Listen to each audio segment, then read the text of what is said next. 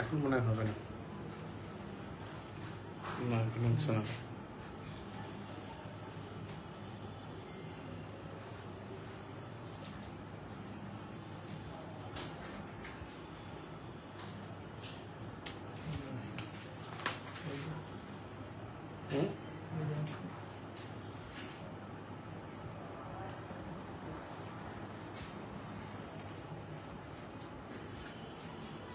দূরে থাকলে সামনে আসলে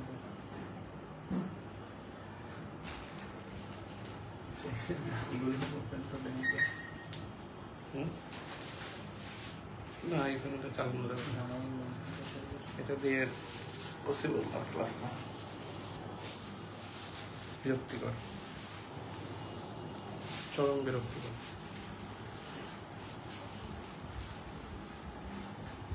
যাই হোক, নির্বাচন কমিশনের গঠন প্রক্রিয়া সাউন্ড শুনে তারপরে লিখবেন। এটা আসলে রোগটা ধরতে পারতেছে না, আমি সরি।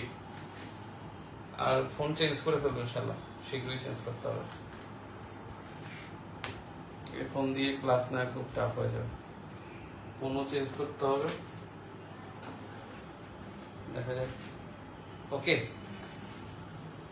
হ্যাঁ। নির্বাচন কমিশনের গঠন প্রক্রিয়া, এই প্রশ্নটা আসছে কেন, এটা 2022 সালে ক্রিয়েট হয়েছে। আর 2022 সালে ওই সময় 27 জানুয়ারি 2022 সালে 27 জানুয়ারি নির্বাচন কমিশনার নিয়োগ বিধিমালা হয়েছে। নির্বাচন কমিশনার নিয়োগ বিধিমালা, নিয়োগ বিধিমালা। এই আইনটা হওয়ার কারণে আসলে নির্বাচন কমিশনের গঠন সম্পর্কে বলা হয়েছে। নির্বাচন কমিশনের গঠন সম্পর্কে 118 অনুচ্ছেদে বলা হয়েছে। 118 অনুচ্ছেদে বলা হয়েছে যে একজন সিইসি এবং 4 জন ইলেকশন কমিশনার থাকবেন, যার মধ্যে একজন নারী। একজন নারী সহ 4 জন ইলেকশন কমিশনার থাকবে, আর একজন সিইসি চিফ ইলেকশন কমিশনার থাকবে। ইসি মানে ইলেকশন কমিশনার, আর সিইসি মানে চিফ ইলেকশন কমিশনার থাকবে। এখন বিষয়টা হলো যে একটুটুকুই বলা ছিল গঠন সম্পর্কে। এখন কথা হলো যে নির্বাচন কমিশনার নিয়োগ বিধিমালা 2022 সালে 27 জানুয়ারি নির্বাচন কমিশনার নিয়োগ বিধিমালা কি বলা আছে, যে নির্বাচন কমিশনারদের যোগ্যতা কি কি। নির্বাচন কমিশনারদের যোগ্যতা 3টি। 1, বাংলাদেশের নাগরিক হতে হবে, বিশাল একটা যোগ্যতা, নাগরিক হতে হবে। 2, 50 বছর বয়স থাকতে হবে, 50 বছর বয়স। 3 নম্বর হলো সরকারি, আধা সরকারি, বেসরকারি, স্বায়ত্তশাসিত, স্বায়ত্তশাসিত, স্বায়ত্তশাসিত বা পেশাজীবী হিসেবে। পেশাজীবী হলো যারা বেতনভুক্ত চাকরিজীবী না, যেমন সাংবাদিক, তারপরে হলো আপনার আইনজীবী। পেশাজীবী হিসেবে 20 বছর কর্মরত, 20 বছর কর্মরত হতে হবে, 20 বছর কর্মরত হতে হবে। এটা হলো নিয়োগ বিধিমালা নির্বাচন কমিশনারদের যোগ্যতা। আর আরেকটা হলো যে অযোগ্যতা হলো 6টি, যোগ্যতা 3টি, আর নির্বাচন কমিশনারদের অযোগ্যতা 6টি, অযোগ্যতা 6টি, যোগ্যতা 3টি, অযোগ্যতা 6টি। 1, আদালত কর্তৃক অপ্রকৃতস্থ, আদালত কর্তৃক অপ্রকৃতস্থ মানে পাগল হয়ে গেলে। আদালত কর্তৃক অপ্রকৃতস্থ, অপ্রকৃতস্থ, প্রকৃতস্থ,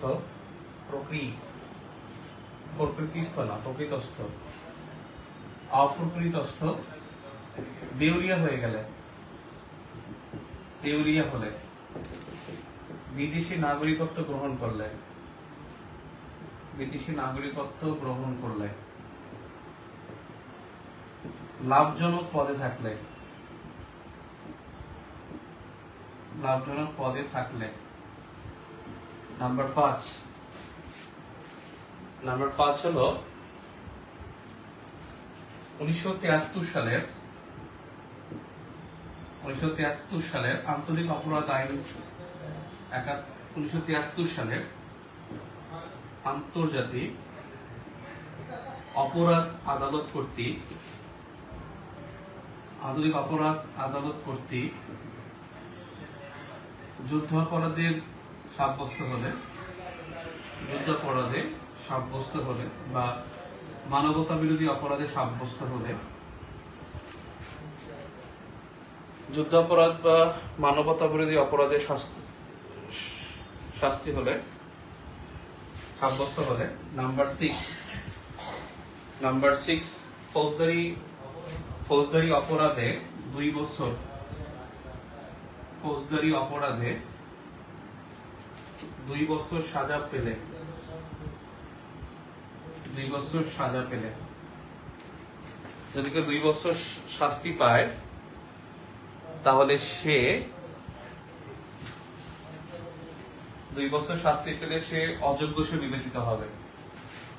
এই যে নির্বাচন কমিশনার বিধিমালা, এখানে একটা বিষয় আছে যে নির্বাচন কমিশনার নিয়োগের জন্য রাষ্ট্রপতি সার্চ কমিটি গঠন করবে, এই কমিটির সদস্য হবেন 6 জন। 1 আপিল বিভাগের একজন বিচারপতি, তিনি হবেন এর সভাপতি। 2 হাইকোর্ট বিভাগের একজন বিচারপতি, তিনি হবেন সদস্য। 3, 4, 5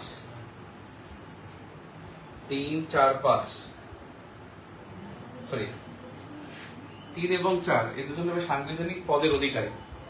যেমন বিপিএসসি চেয়ারম্যান তিনি হবেন সদস্য। মহাহিসাব নিরীক্ষক ও নিয়ন্ত্রক তিনি হবেন সদস্য। 5 রাষ্ট্রপতি কর্তৃক মনোনীত 2 জন সদস্য, ব্র্যাকেটে 1 জন নারী সদস্য। এই হলো 6 জন। এই 2, 3, 4, 5, 6 এই 6 জন সদস্য হবেন সার্চ কমিটির সদস্য। সার্চ কমিটির সদস্য হবেন 6 জন।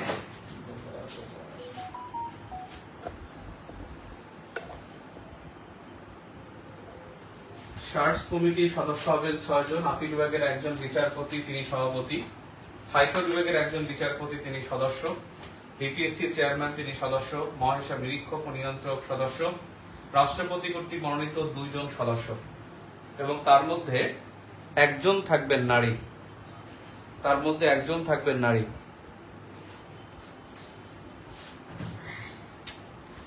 কি একটা অবস্থা, কত ক্লিয়ার হচ্ছে না কেন? হ্যাঁ, কি একটা ফাইজলামি হচ্ছে কবে। আচ্ছা, আমি ওই ক্যামেরা থেকে ক্লাস নেই, ওই মোবাইল থেকে কোন আসতে কেটে দিচ্ছি, এটা দিয়ে দিই। হ্যাঁ না, খুব বিরক্তিকর। আমি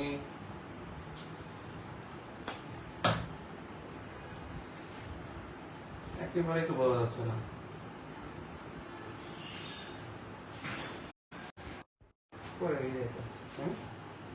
এখন ঠিকঠাক মনে হয়, কি জানি একটা আমি করে দিচ্ছি, এখন ঠিক থাকবে।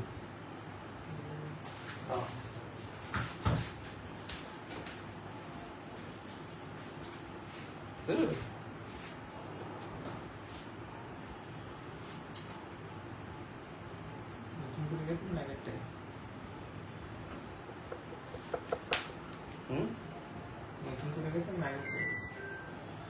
হ্যালো, কে? হ্যাঁ বল, আমি ক্লাসে। হ্যাঁ হ্যাঁ, ঘোরা দেখাচ্ছে।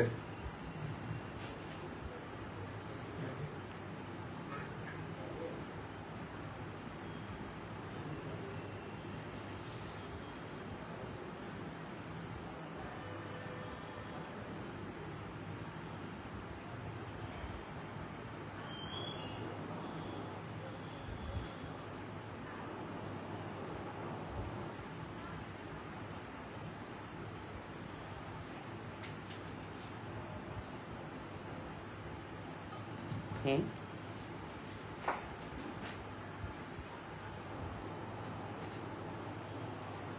সহ্য হয় এটা কত কি একটা ঝামেলার মধ্যে পড়লাম।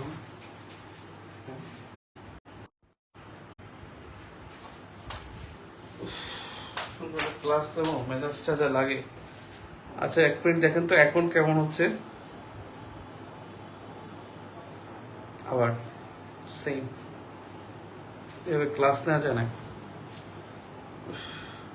আচ্ছা আমি মোবাইল এটা দিয়ে ক্লাস নাকি ফোন আসলে এই করে কেটে দিয়েছে। হ্যাঁ আচ্ছা, এটা অফ করা যায় না, মানে এরোপ্লেন মোড দিয়ে?